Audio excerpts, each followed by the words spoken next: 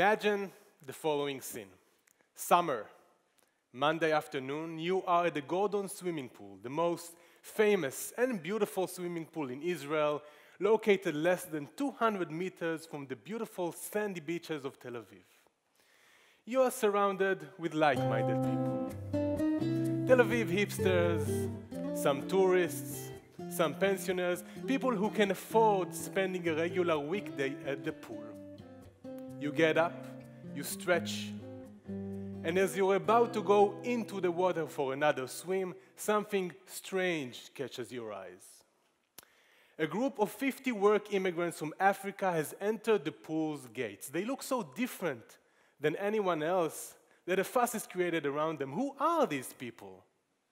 The guard at the gate is confused, but they all have paid tickets and brand new bathing suits and are about to go in the establishment. Now, if you were in that pool that day, what would you do? A, stay in the water, nothing unusual happens. Or B, leave the pool at once. That event happened a few years ago. It was an organized event. It was organized by a group of right-wing activists who hired the immigrants to go to the pool that day. They wanted to demonstrate the hypocrisy of Tel Aviv's white and privilege, who speak so highly on human equality, but would not want to share space with black people from Africa. And I remember reading about this, thinking that if I was there that day, no doubt that I would have stayed in the water and tried to befriend the newcomers, and how strange it is that so many people that were there went out. I was always fascinated by the gap in how people perceive themselves and their actions that sometimes tell a different story. And I wanted to make games that will confront players with actions and maybe tell them something new about themselves.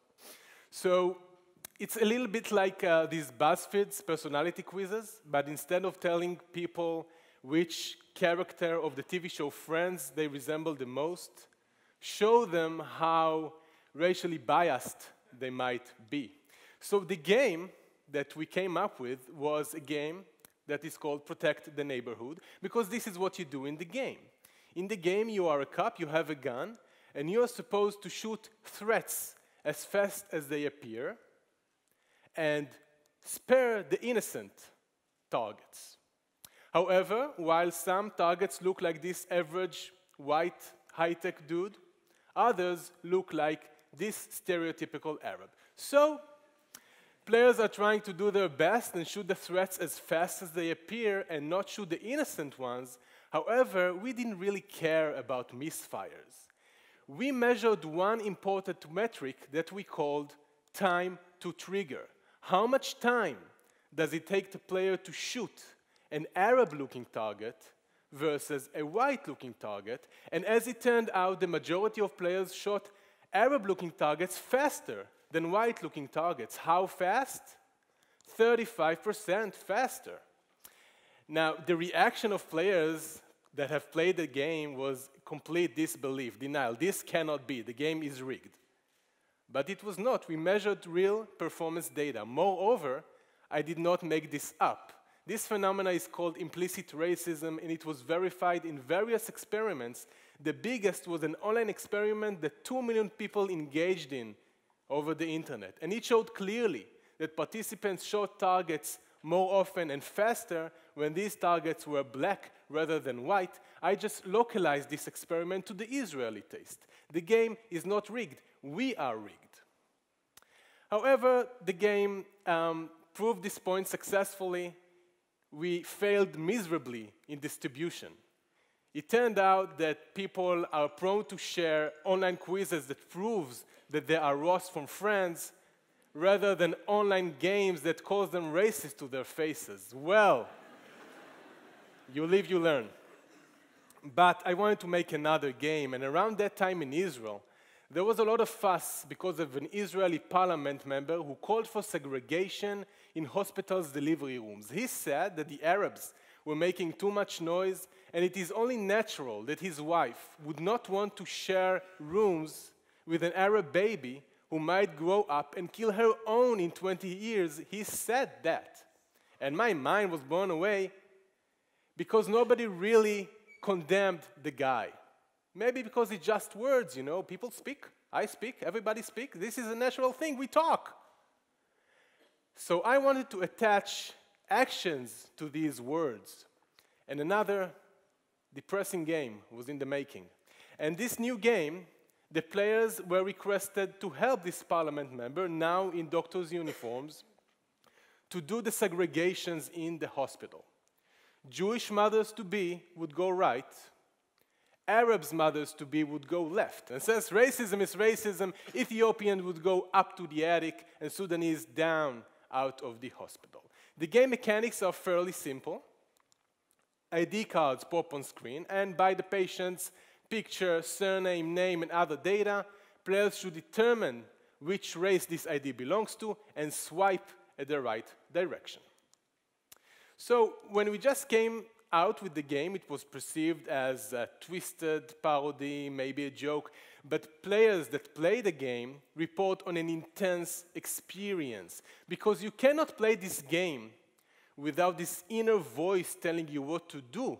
She looks like an Arab, she should go left. She looks more Ethiopian than a Sudanese, up to the attic she goes. And this inner voice, it's your voice, and it starts speaking at you very fast. In 15 seconds of play, you're already overwhelmed by your own racist voice.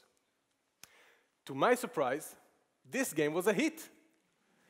We became viral in a few hours, and not before long, 100,000 of Israelis were zealously sorting women at the virtual hospital. I have learned that under certain conditions, implicit racism turns to be explicit racism. All that is needed is a little push towards the edge. I can totally understand how ideas of nationalism and discrimination appeal to so many people, because the base is there. Implicit racism exists, and it is everywhere, even if we don't feel it or see it or want to believe in its existence. So what can we do? I won't leave you hanging, because there is hope. And the first step would be to acknowledge the situation, and the second would be to design our conditions differently. To design conditions that will force us to communicate. Conditions that will force us to build bridges instead of walls. And it is not easy building these conditions, it's scary. Luckily, we can practice in virtual worlds before we do it in the real world. And again, I'm looking at video games and on this castle. You see, this castle was built on the Minecraft platform. It's a big online game, but the fact unique about this castle is that it was built by people who were supposed to be enemies. This castle was built by a 50-50 mixed group of Jewish and Arabs youngsters, teenagers from all over the Middle East, that answered a call to put their heads together, fix what the adults have screwed up, and build something together. And they were speaking in 3 different languages: Arabic, Hebrew, English. They had to structure blocks in the 3D space, they had to plan, they had to communicate. And it was not easy, but here it is, big and beautiful, defiant to all the hateful speeches that are so popular in Israel and outside of it. This initiative by the Games for Peace organization proves that under certain conditions, people who are supposed to be enemies play amazingly well together. In games that feature guns, people excel at shooting other races faster than their own. And in other games that features and promotes segregation, people excel at sorting and discriminating other people. And in games that features creativity and conversation, Jews and Arabs build wonderful things together. It is our responsibility to choose which games we play, and if these games do not exist, to go out and create them. Thank you very much.